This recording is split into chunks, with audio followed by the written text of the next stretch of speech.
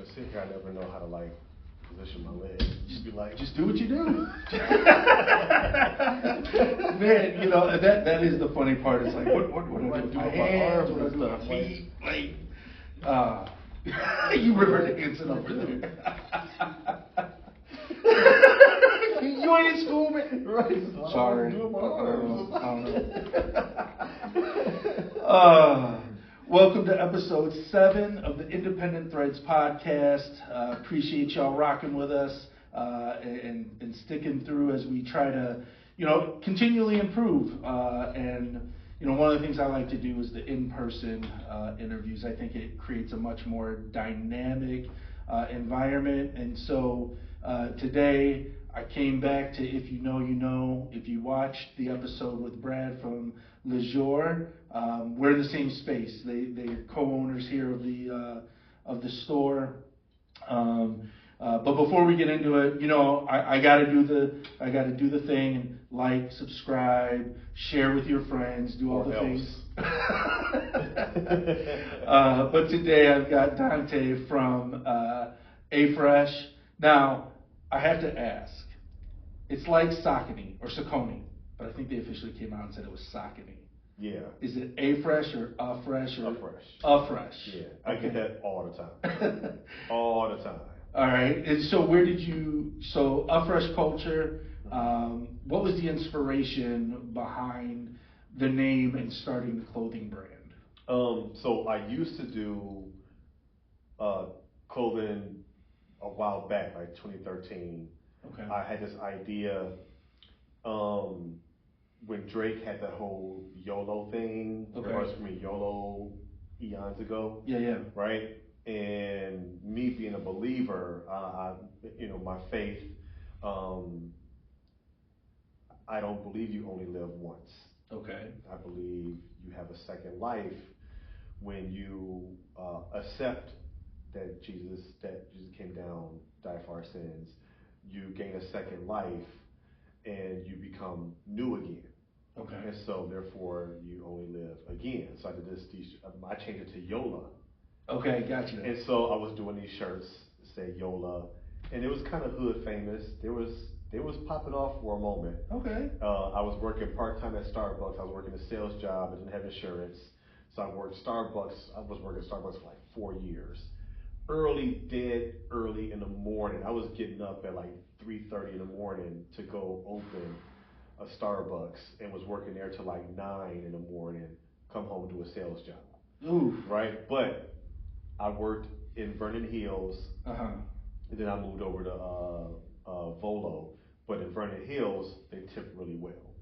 So the tips were really good. I was working 5 days a week, getting good tips. So I started stacking the tips to start YOLA. Okay. And so that's how that came up. But then life was doing its thing. And plus, YOLA was based off of a trendy word. Gotcha. When it's trendy like that, it's bound to die. Okay. Right? Yeah, it's got it's lit. YOLO, it's trendy. So it kind of died down, and I think I probably had a hand in killing it too. I don't know, but life was happening. I stopped. Right. So fast forward 2017. One of my homies had hit me up. Was like, "Yo, why'd you stop doing?" He just called me simply to ask me, "Why did you stop doing clothing, t-shirts and stuff?" And I told him the same reason I told you. He said, "Man, you should do that again, man. And maybe you don't call it that. Maybe you call it something else, and maybe that would be one of the shirts you do or whatever." And I was like, "I'd give it some thought, And then that same day, all this stuff happened in one day. Same day, Facebook memories popped up, and it was one of my old YOLA shirts. And then my homeboy Tom from Idaho, we used to rap back in the day, so I used to be a rapper. Okay. I still do beats. Okay. I don't rap anymore because I can't make 2 words rhyme anymore. So I feel like I can't write them down. I can't do it anymore. Yeah. Use it or lose it, pal. But he hit me up. Like he sent a picture. Like, "Yo, rocking one old YOLA shirts." I was like, "That's crazy. That's like 3 times in one day." In one day. 3 times in one day. That is crazy. 3 times in one day. The Holy Trinity, Father, Son, Spirit. I would destroy the temple and rebuild it in 3 days. stuff like that. Okay. You know, so like the three, you know, charm, the power of three. So I was like, well, maybe I should get back to the drawing board. And so it's like immediately stuff started hitting, right? And then there's a song called Fall Afresh by a band called Jesus Culture, one of them contemporary Christian rock bands or whatever. It's a beautiful song. Okay. And I was like, afresh, like that's a dope word, you know, means to start new, begin again. You know, you wake up afresh. Gotcha. I'm gonna start this new career afresh, you know. And so waking up every day afresh to me was an attempt to get it right again. Mm. You wake up new. What did I not complete the day before? Or is another chance to attack that goal, or whatever the case is, but also wake, pray, forgive, repent, give thanks. Stay fresh. Gotcha. You know? So that's kind of where that came from, and to be a believer, anything you do is a culture, right? So you have a culture in your home, right? This is the culture of our household. Yep. How we do Yep. this is the culture of our job, of our company, whatever. So everything is a culture. So I just added culture. Later on, of course, culture started being overused. Lo and behold, the word culture gets abused every day, you know, but that's where the name came from, which is probably why you see a lot of times on my shirts, I don't put the culture on there a lot anymore. I still do, but you see sometimes Afresh is by itself. It's because subconsciously culture's being overused. The word is just being just taken and just everybody the culture, you know. And it's cool, you know, but but like just subconsciously that's where it is. But yeah, that's where it came from. All right, and so this is 2013, 2014. So the YOLO was 2013. 2017, late 2017 was when my buddy Wiley hit me up, and that's when all that stuff started happening. Okay, and so 2017, you're starting to do it, and then fast forward a little bit, 2021 or so, is where I came across Afresh. You had a location in the mall, right? And we're sitting, you know, on a downtown street, you know, and so what are some of the differences, or you know, between being in a mall location and a downtown location and a street location like we are today? The plus with the mall is you don't have to ask for traffic, right? So people are coming to the mall, and then they walk past your store and they see you like, oh, what's in there? You know, our store was vivid, it was bright, you know, and stuff like that. White walls, kind of like you see in here. You usually know how it look, you know, and so that's what you get. Oh man! So when they come in and they see the stuff, but then they saw that it wasn't Supreme. Do y'all have Baby? You know, all that other stuff. No, we're locally owned streetwear brands in this store. If you're not local, you will not be in this store unless you're a sneaker. You know what I mean? Stuff like that. So the not having to ask for traffic. Of course, you got to do things and still let people know that you're there, you know. But for the most part, you have to ask for traffic. Okay. But then the mall, you have to work within their parameters. Certain things you can't do. You can't be open. You have to be open between this hour and this hour. You know, holiday hours. We're open till 11. We're not getting traffic after 9 o'clock. We have a reason to be open after 9 o'clock. Why do we have to be open? But you gotta be open, right? So stuff like that. And then you have the downtown where it's off the street. You know, the cars are parked right outside, stuff like that. You don't have the organic traffic just walking by. You get some people walk downtown, but downtown here is not as busy as a State Street or Michigan Avenue or Fairfax. You know what I mean? It's not like that, you know, so we have to actually work to let people know that we're here, you know, and do things to let people know that we exist, that hey, we're downtown, come on in, but we can also set our own hours. We don't have to work between a parameter of a mall. We could just be like, hey, this is our spot, and we could do whatever the heck we want to do in here. You know what I mean? Yeah. The mall, we couldn't do that stuff. We had like DJs in the shop at the mall. Security comes by, like, hey guys, you know. What's the fun in that? Yeah, here we can bump it as loud as we want to. You know what I mean? So there's things you can do that we can do without any care. The only thing the landlord cares about is we pay the rent. Okay. You know, we're not disturbing the people who live upstairs or whatever. Okay. You know, we're good. You know. Yeah. So that's where the differences are. It's the pros and cons of both. You know, there's a freedom in a sense here. It's just a lot more work to get people to come in. Gotcha. Yeah. So what I'm gonna say, look right in the camera. I'm looking at y'all. Come down to Waukegan. There's some great stores down here. There's a lady shop a couple doors down. Yep. There's a rug place right next door. So there's a bar, Dream Lounge, with some good wings and a turkey burger's fire. Lucky Scotty's across the street. You know, bar with some good American food. So there's stuff happening. Yeah. So if you're local to Waukegan, come on down. Give these smaller stores, the non-malls, give them some play.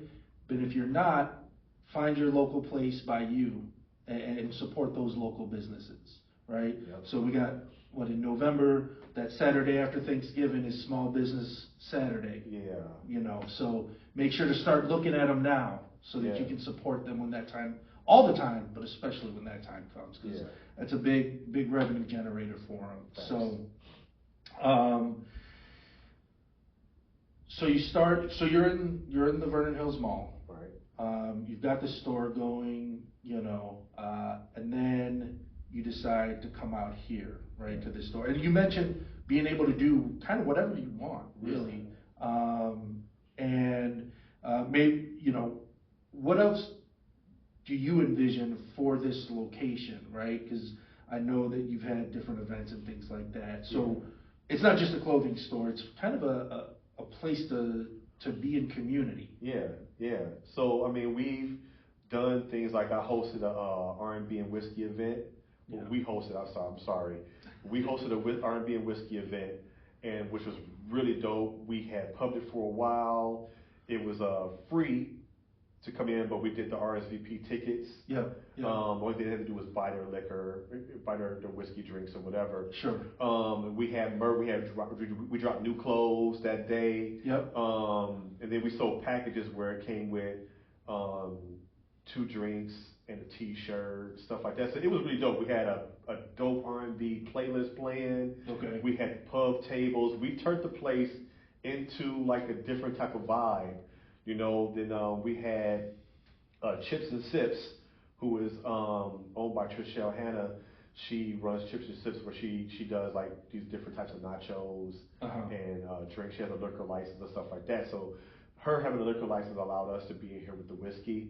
And so I was bartending whiskey drinks. I had a menu of whiskey drinks that I was making. I was bartending. The other 2 guys were politicking with everybody. Had the music playing. The owner of the whiskey brand, he was here. It's called Renard Whiskey. He's out of Chicago. Okay. So Renard Whiskey was really good, smooth, kind of like an entry whiskey. So it's not super, don't burn or anything like that. Like people who like don't drink a lot of whiskey, or females who don't like super hard drinks but don't mind a dark liquor, stuff like that. So he came in, was doing the taste testing, and then they was buying actual drinks. It was a pretty dope event. And then we also rent the space out. So people want to have other little events here, and they don't need a gigantic space. It's a small intimate space they can use, you know, to host their event. Then the barbershop is in the back. So we got my brother-in-law, Steph, who cuts hair. His whole setup is in the back side. Then our workshop is in the back.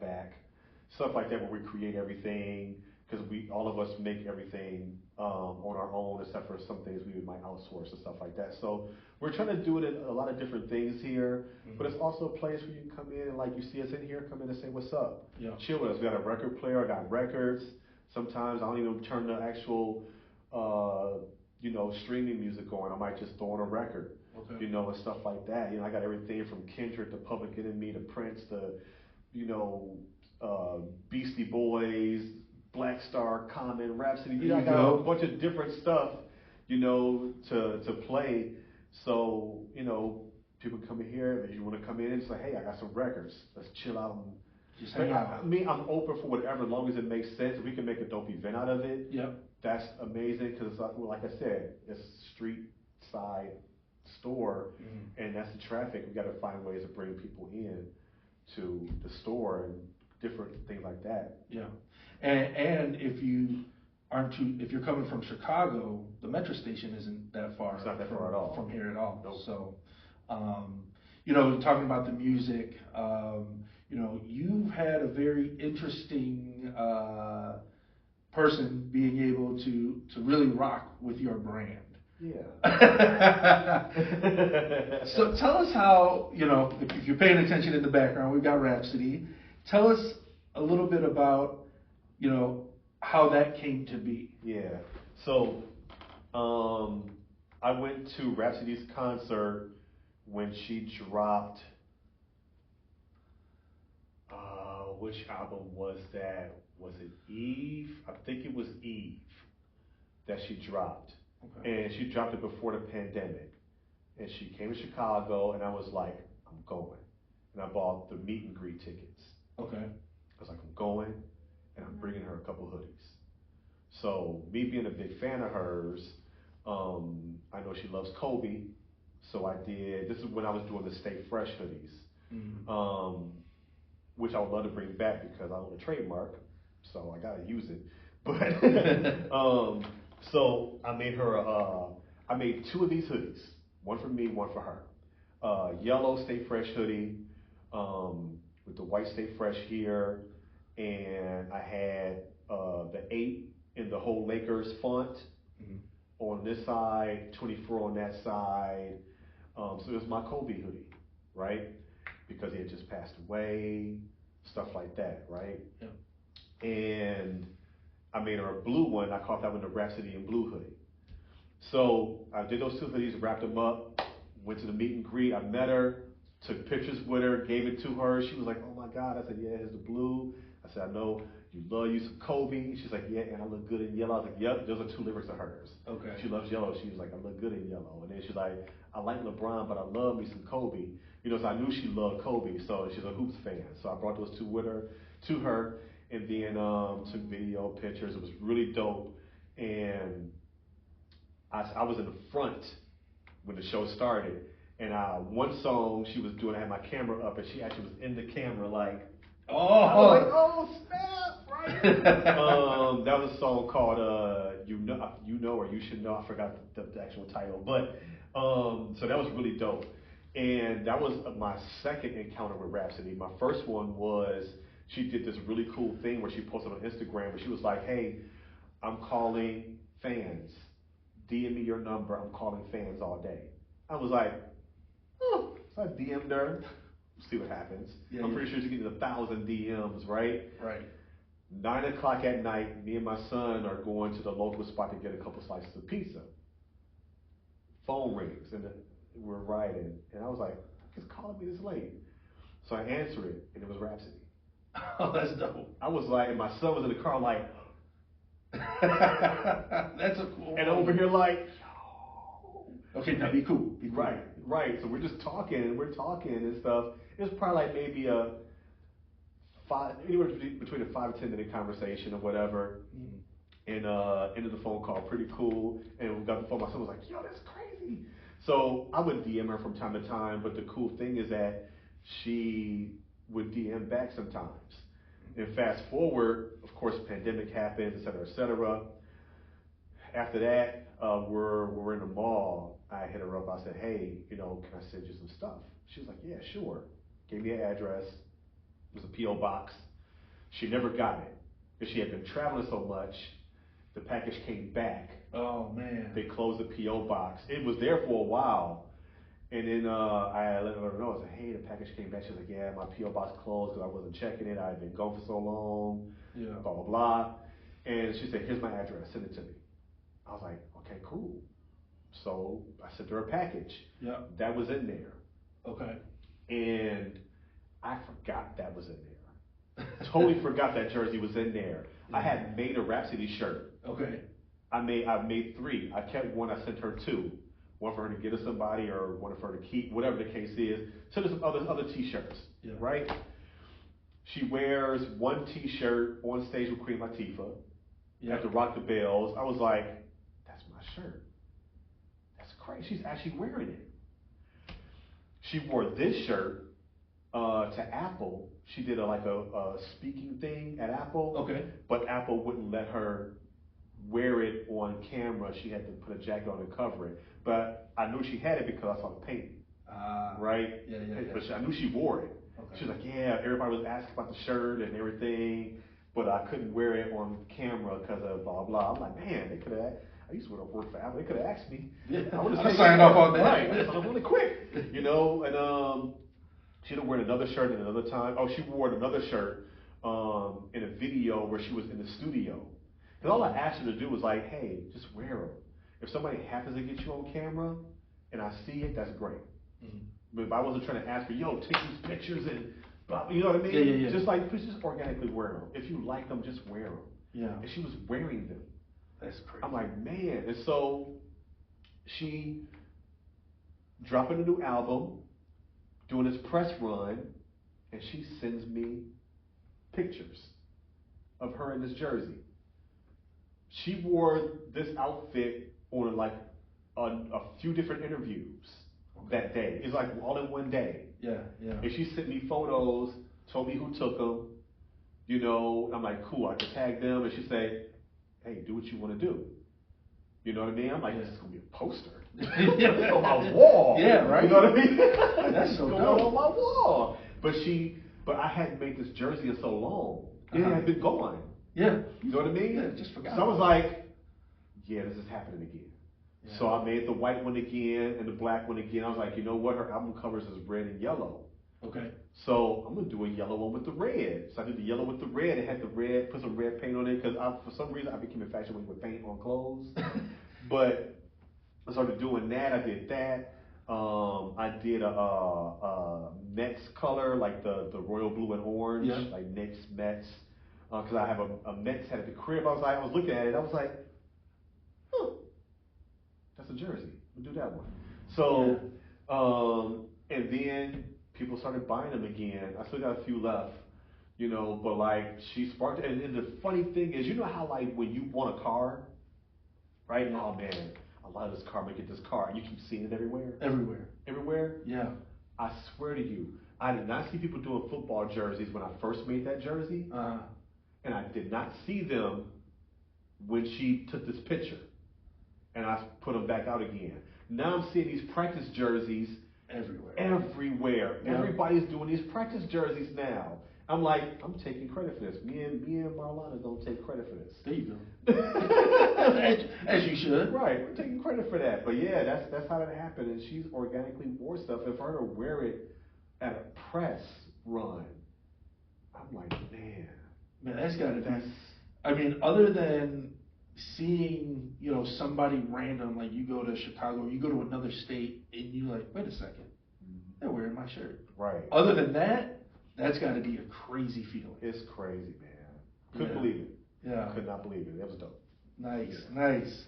You mentioned her being a big basketball fan, but you were actually able to do a collaboration with a basketball player. Yeah. Cappy Pondexter. Another thing, it was just something, I just reached out to her. And I asked her, because she's from Chicago, and I'm a huge fan. I know she's a baller, you know, and so I reached out to her. We became kind of cool, and I asked her about doing a collab, and she was like, yes, I mean, what ideas you have? So I started sending her ideas. She was sending me her ideas and stuff like that. And that's how it all worked out, you know, and we ended up doing, I took a picture of her where she was showing off like her grill. Okay. And I took it and I redrew it just like I forgot how much of it I drew, but I used the colors of the basketball teams that she played for to do the drawing. Gotcha. Yes, every color on it represented a team, whether it was the sky or, you know, Phoenix or LA, whatever, represented a different team.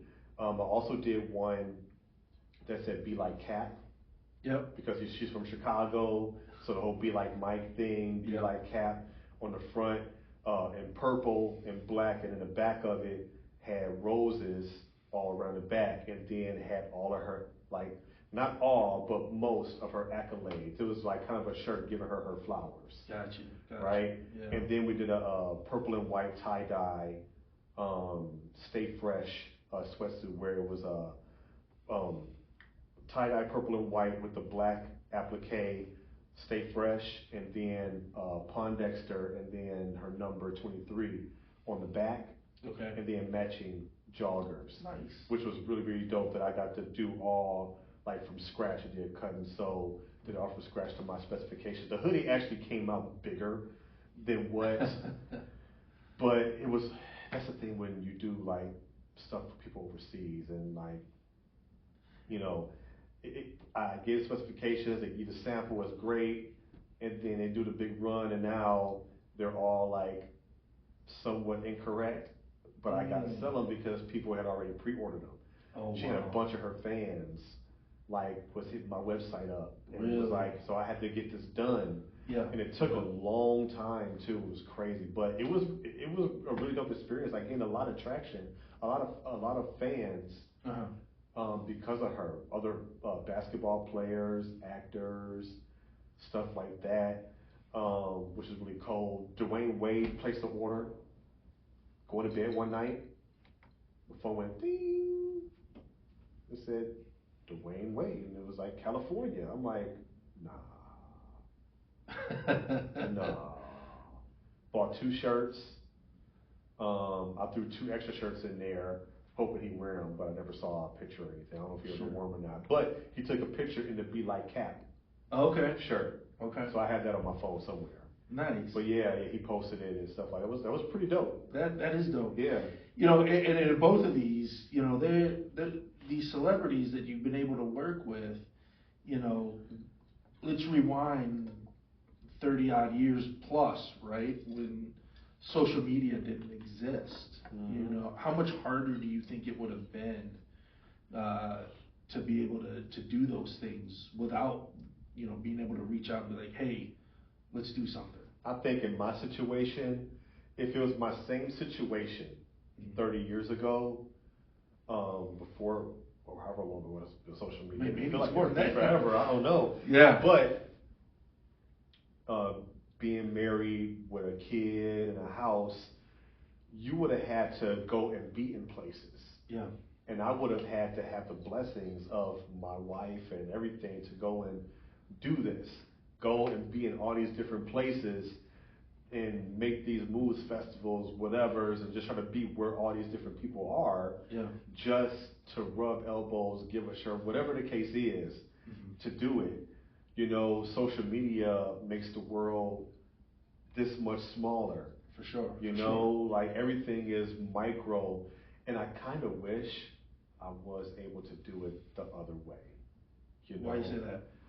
Because you get to go out and actually meet people. That's why I like pop-ups. Okay. You get to actually like shake hands and meet people. That's why I like when people come to the store. Yeah. You know, that's why I like the idea of having a store, because people can come in and actually meet me and talk to me. Yeah. You know, touch the shirt, feel the shirt. Before I started doing this, I like to go into Old Navy or Target and touching their T-shirts. Yeah. You know, their vintage tees that they sell and stuff like that. I like to go touch it, you know, and how does this feel?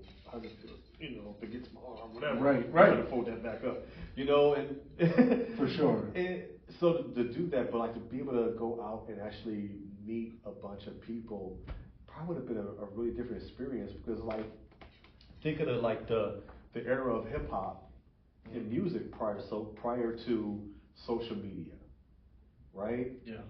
You know, nowadays you can do a song last night, mix it in your bedroom, whatever, upload it, and it'll be uploaded in like a week to, SoundCloud, Yeah. SoundCloud immediately, Spotify and Apple, etc. Tidal like in a week or two, it'll be up there. You doing social media videos, rapping your song or whatever. LaRussell, LaRussell's I follow LaRussell. He's a master at it. Man, his backyard. He's mastered love it. LaRussell. He's mastered it and capitalized.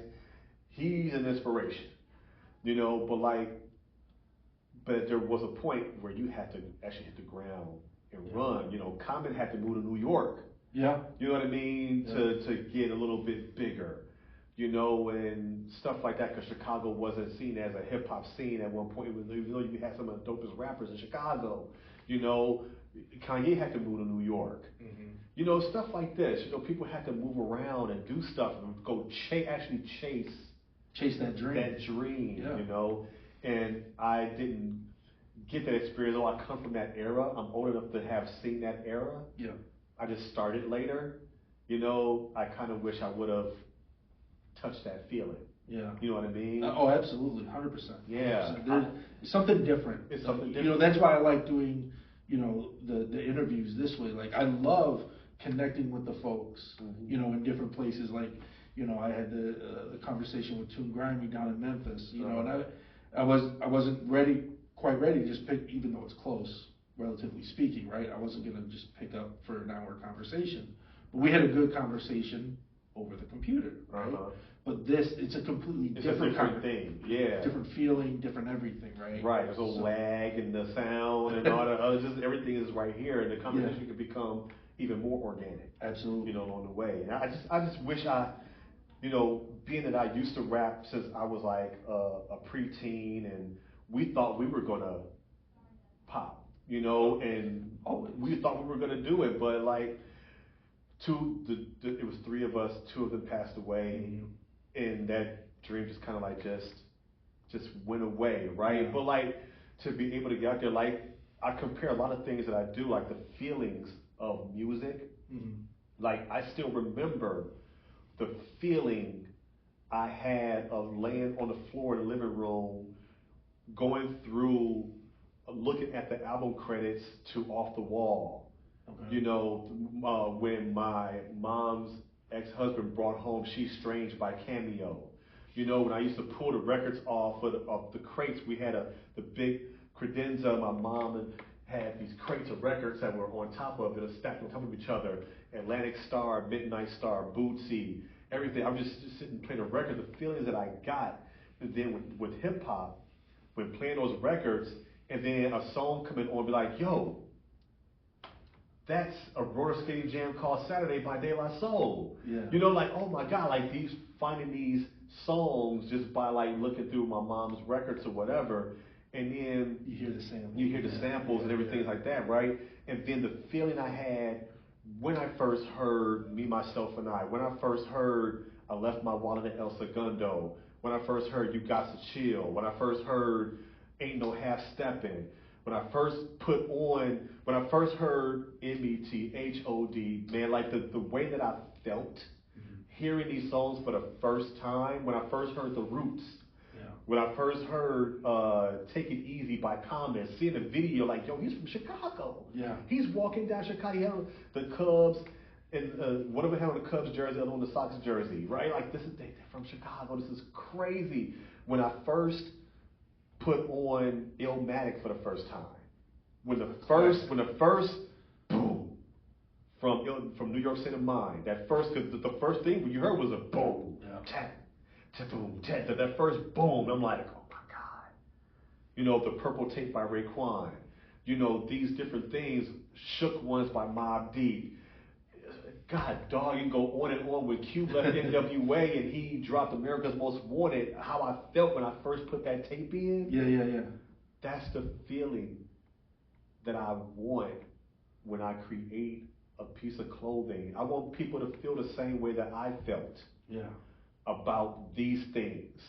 I want people to be like, yo, he just dropped a new shirt. He's gonna drop these new shirts. And there had been a nice run where I feel like I gave people that feeling. When I was like, hey, I'm dropping this collection, or Black Friday's coming, I'm dropping these on Black Friday. Yeah. And people are like, and then Black Friday comes up and my phone is going crazy.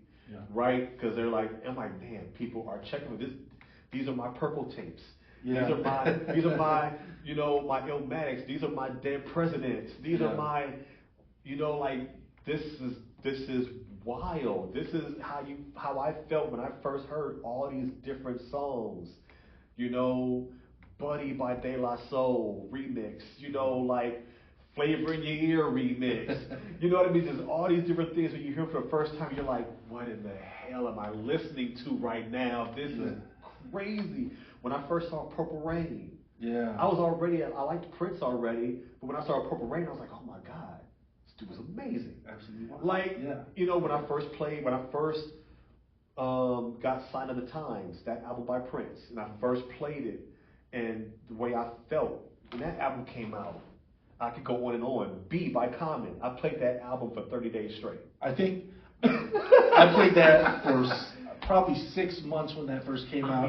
I'm sure there's a laser line in God. Like that one was. That album was crazy. Absolutely. The new album with Common and Pete Rock. I haven't listened to it. Bro, you have to listen to this album. Okay. It's the same feeling. This album is so classic. Speaking of Pete Rock, when I first heard When They Reminisce Over You, like this song brings me tears. Yeah. It makes me, gives me a feeling inside where I dang near want to cry. Okay. That song to me is like a beautiful hip hop song. When I drop clothing, I just want people to feel the way I felt when that music hits.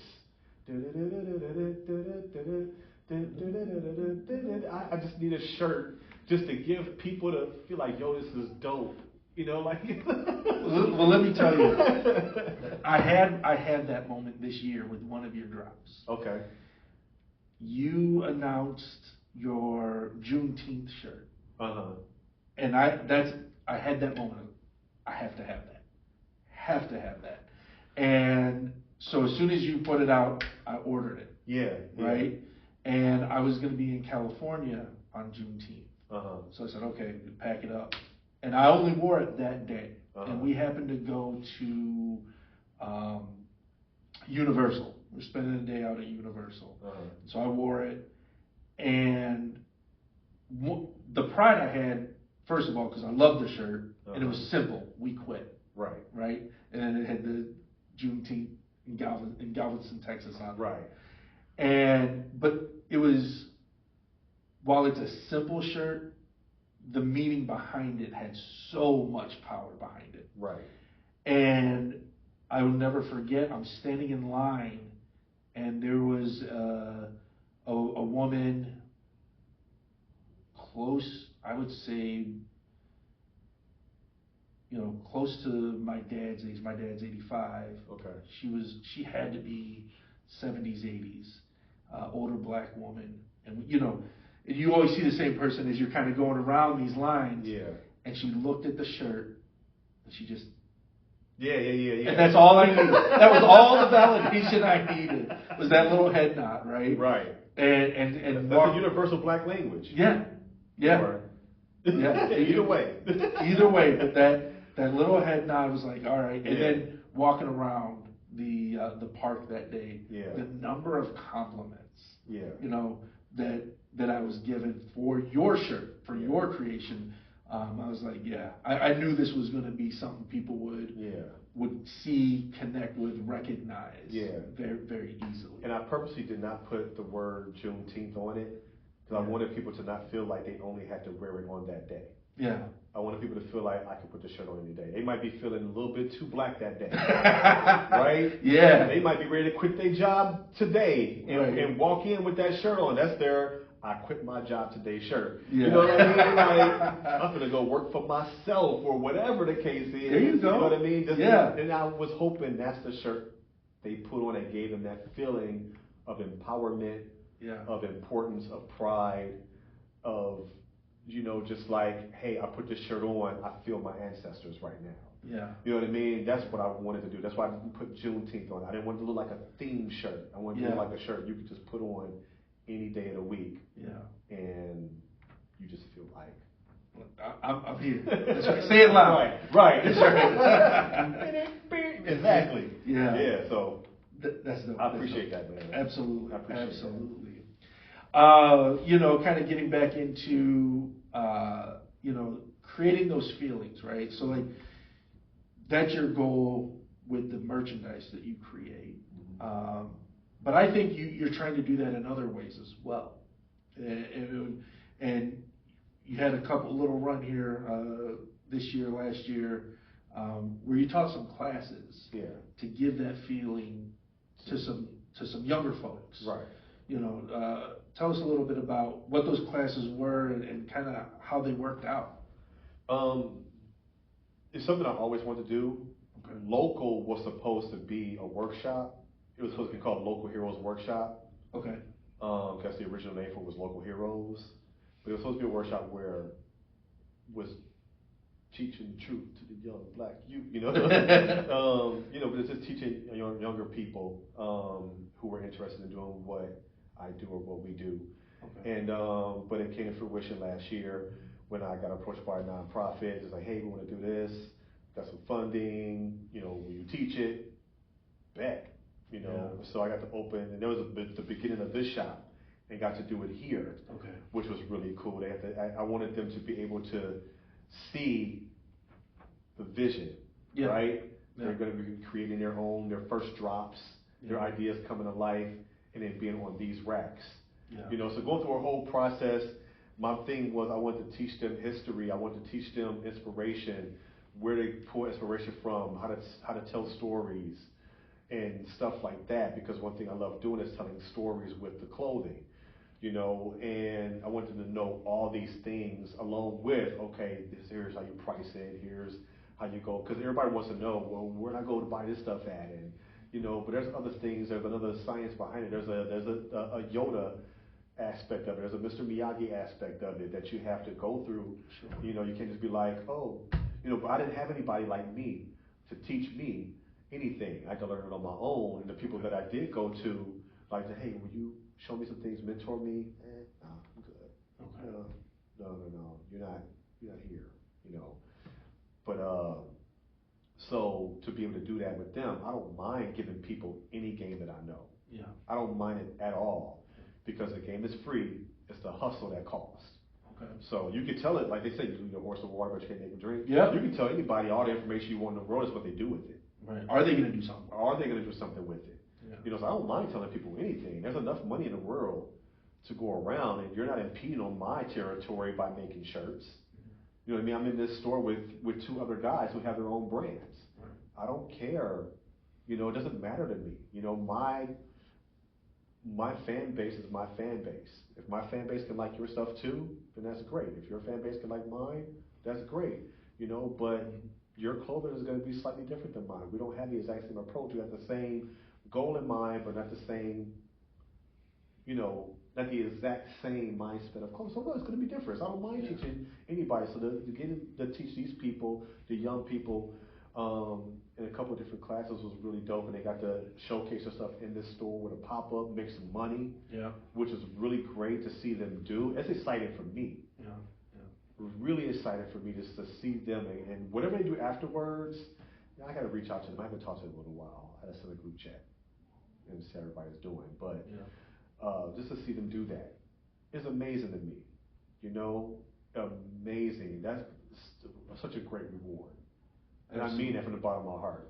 And I mean, full disclosure, my son was one of the one of them, and he really appreciated, not just learning how to make the clothing, how to press, how to source, your blanks, right, things like that. But like, being a dancer and everything, and going through some of the, you had classes where you might not talk about clothing all day. It's all about different movies and different aspects of hip hop, because they want to be streetwear, so they need to understand and have an appreciation for, what came before, right? It doesn't have to be the Pele Pele or the cross colors or whatever, but you need to understand those brands, their impact, to figure out, okay, this is what they did. Right.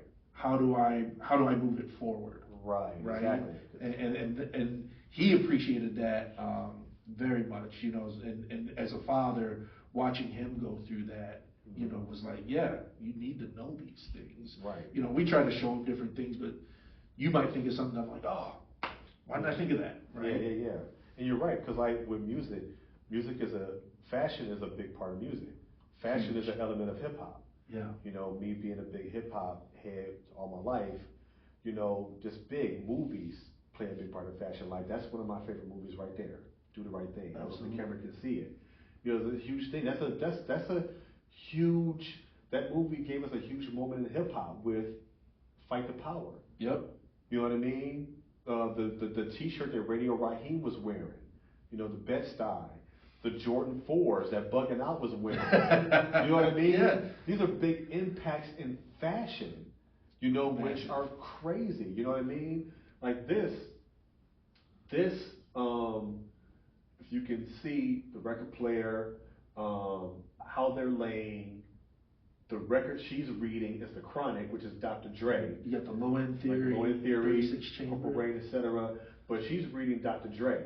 If you go back to Straight Outta Compton, the movie, okay, the scene where they introduce Dr. Dre, he's on the floor with his headphones on. He has all the records around him, and the record player is playing "Everybody Loves the Sunshine." Do do do do do. And he's on the floor. That's why I have them on the floor. Okay. And that's why she has Dre's album in her hand, reading the back credits. You know, and the records are around her with the record player on. It actually has Purple Rain on the record player, but she's reading the credits of The Chronic. But that is the scene in Straight Outta Compton. You know, music and fashion plays a huge. They go hand in hand. Yeah. Big time. You know, and they needed to know that stuff. You know, like what was Biggie wearing? What was Tupac wearing? What was Treach from Naughty by Nature wearing? What is that big W on there they're wearing? That's Walker wear. That's April Walker, you know, from New York. You know, she's a pillar in street fashion. Carl Kanai, you know, cross colors, etc. These people paved the way when they called it urban fashion. Right. It was streetwear. You know, urban fashion. They didn't want us to be in that same realm with Chanel and Louis Vuitton and so on and so on. They separated us. Yeah. Carl Kanai still made high fashion. His stuff wasn't cheap. No. You know what I mean? I've never owned a Carl Kanai. My parents are like, absolutely not. I owned a pair, came from the swap shop. It was bootleg. Yeah. Sorry, Carl. It was bootleg. I couldn't afford it. No. You know what I mean? But, you know, that all goes hand in hand, man. Yeah. It just all goes hand in hand. You have to know the history of the stuff, and this is what the problem is with fashion or the problem with music. Like, you guys got to know who came before you, who paved the way, who made it happen so that you can make millions of dollars off of a song and not have to give a record label anything or whatever the case is. Right. Master P made that happen for you. Yeah. You know what I mean? Yeah. Like Master P made that happen. This is why you guys are able to go and do this stuff. Soulja Boy made that happen for you. Yeah. You know, Jay-Z made that happen because they didn't have a record deal when they made Reasonable Doubt. Nope. You know what I mean? These people made that stuff happen for you to where you guys can be to where you are right now, making these millions and millions of dollars, and you can be La Russell and Chance the Rapper and not have a record label, but you're still a millionaire off of music. Right. There's people before you who paved that way to make it happen to where it evolved to where it is now. Same thing with clothing. Absolutely. You know what I mean? Absolutely. So, well, hey, again, went down a different path. I can go into history, I'm sorry. That's all right. That's all right. Love it. Absolutely love it. And so, you know, you've got kind of a big sale going on right now. Yeah. What's the hopes with it? I want to get rid of stuff. I just want to get rid of stuff. My brain is clouded. Okay. With ideas. I need to get rid of things, and and of course, getting rid of stuff also gives me funding to make these ideas happen. Right. You know, I need to clear out this inventory. Okay. That's why I dropped every T-shirt to $10. You hear that? Every T-shirt to $10. $10. $10. 10. You know, I got a couple hoodies left. They're $30. I got those jerseys. I marked them down to 35. They were 30. They were 45. They're 35 now. I got some of those left. Got a couple hats left. My coffee's gone. The mugs are gone. You gotta make some more of that coffee. We'll get to that in a minute. Yeah, so I just want to get rid of stuff so I can just like get some other stuff out of my head. Okay. Yeah. Okay. So we'll drop. We'll mention the links and everything here at the end. But look in the description. Go and clear out his inventory. Again, $10 for a T-shirt. You're not going to find that too many places for a brand new one. You might get it at the resale, the Goodwill, but not for a brand new shirt. So you mentioned the coffee. Yeah. That has become my weekend only special brew. But that's a little different. You know, you talk about clothing companies, they might, you know, get into shoes or they might get into hats or whatever. Why coffee? I would love to do shoes. That's a dream of mine. But coffee, I love coffee. Okay. I'm a bit of a coffee snob. And, you know, I worked at Starbucks for a long time. Yeah. I actually had a thought before the clothing that, man, I want to do my own coffee shop. You know, and I started like coming up with menus of coffee drinks that will work good together and stuff like that. I just never went through with it, but the clothing happened. But Ron Eric of Valoria Coffee came to me. They were at the shop when we were in the mall. It was like, you should do your own coffee, man. You know, you got the streetwear dipped in faith. You know, you do like coffee brewed in faith, and I'm like, it's kind of dope. Yeah. It's a dope idea. Yeah, yeah. And sat on it for a while. Things just happened, and finally went through with it. And went to him because he's a coffee roaster. And so I went to him. He came down, had me try some different combinations of roasts and stuff like that, and ended up coming up with the Afresh blend that I ended up doing. It's an Ethiopian and Guatemala blend, medium roast, which really light in taste. And it was like probably the first coffee that I drank when we came up with the combination, and I was like, I can actually drink this without any cream or milk. I can drink this by itself, and it smelled good. You know, it smells so good. Right on the bag, it's like, that smells really good. Yeah. You know, so I rolled with it, and as you know, did the whole thing here in the shop where I did the cafe. Valoria was here. Ron was actually making espresso drinks using the coffee beans. You know, I'm mad about that too, by the way, because I can't recreate that drink at my house. Right. I just got to drink it black. Right. Yeah, yeah. So that was really dope. And then of course the T-shirts that I did. Yeah. So you know, you do it. You got to clothing brand. So I do the T-shirts with it as well. You know, did a whole thing around it. Had the coffee mugs, the coasters, the stickers. Yeah. You know, everything. So it was a really cool day that day.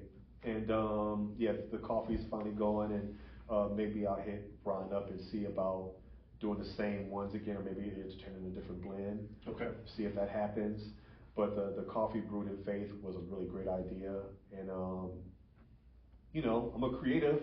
Yeah. And coffee and creatives go well together because you know sometimes you're up. You need that energy to keep going. Right. Yeah, so, but yeah, no, it was a really great experience, and you know, learned from it some things I would do different, packaging, et cetera, et cetera. But that was the first go around. You know what I mean? So I appreciate that you like it a lot. That means a lot to me. Yeah. Yeah. So and anybody who I got the sample packs that are like on the website. You can buy the sample pack, or if people spent $40. I threw a sample pack in the bag. Okay. So people have gotten sample packs, and they were like, "Oh, thanks for the coffee," you know. Yeah. So, but that's really cool too. Nice, nice. You know, I guess as we're getting ready to wrap up here a bit, where can people find Afresh? AfreshCulture.com, AfreshCulture.com, or at Afresh Culture on social media, whether you know, Threads, Instagram. I'm not on Twitter. Okay. I shut my Twitter down. Shut it down. I shut it down. My Twitter was getting filled with things that I wasn't asking it to be filled with, That and I couldn't stop it. we could go on and on about that. I couldn't stop it, so I just shut it down. Yeah, I am constantly weeding through those things. Yeah. It's wild. like, what in the world? I didn't ask for any of this. Right. But the algorithms be crazy. Like, oh, because your friend, someone you follow, follows this. So we think you'll like it. Oh, man, ask me first. Yeah. All right. Well, appreciate the time, appreciate the clothing, and maybe sometime in the future we might have this again. We'll see what the future brings us. Go support, get those $10 shirts, get those hoodies, get them out of here, because like you said, he's got a lot more in his mind, and we need to get those going. And the $10, it's not $10 quality. Trust when I say that. So yeah. Can I spew an idea that I have? Let's do it. So one of the ideas I want to get off of my head is I'm looking to do a collection called No Gray Area, and I want to do a variety of grays because I spoke on my faith, my belief. Yeah. Jesus says either you're hot or cold, right? Not lukewarm. That's a gray area. Yeah. Right? So no gray areas. Whatever you're doing in your life, right? Either it's a yes or a no, it's a positive or a negative. You hang around in this gray area, things get a little fuzzy.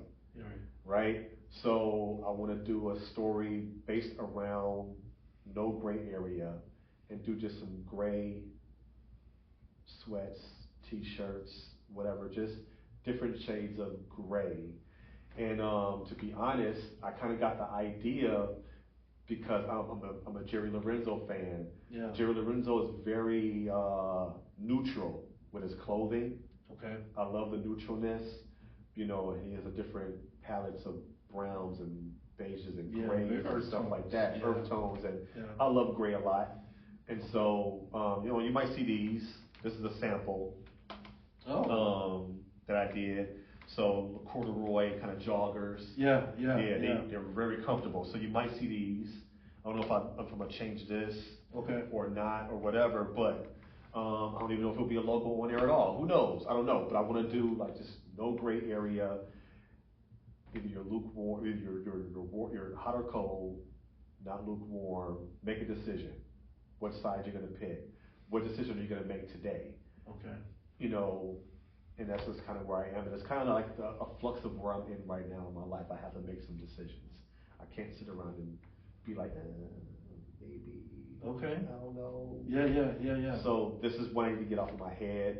We'll see what happens. Maybe I'll do a pre-order and do some mock-ups, do a pre-order, drop it. I don't know. November. We'll see. We'll see how October goes. Let's see. With my brain. Okay. All right. Well, you know what? Let us know in the comments below. What do you think of this idea of the no gray areas and making a decision? And maybe that'll help spark some decision on Dante's part. Hey, appreciate the time, bro. Thanks, man. Absolutely. Big time. Appreciate it.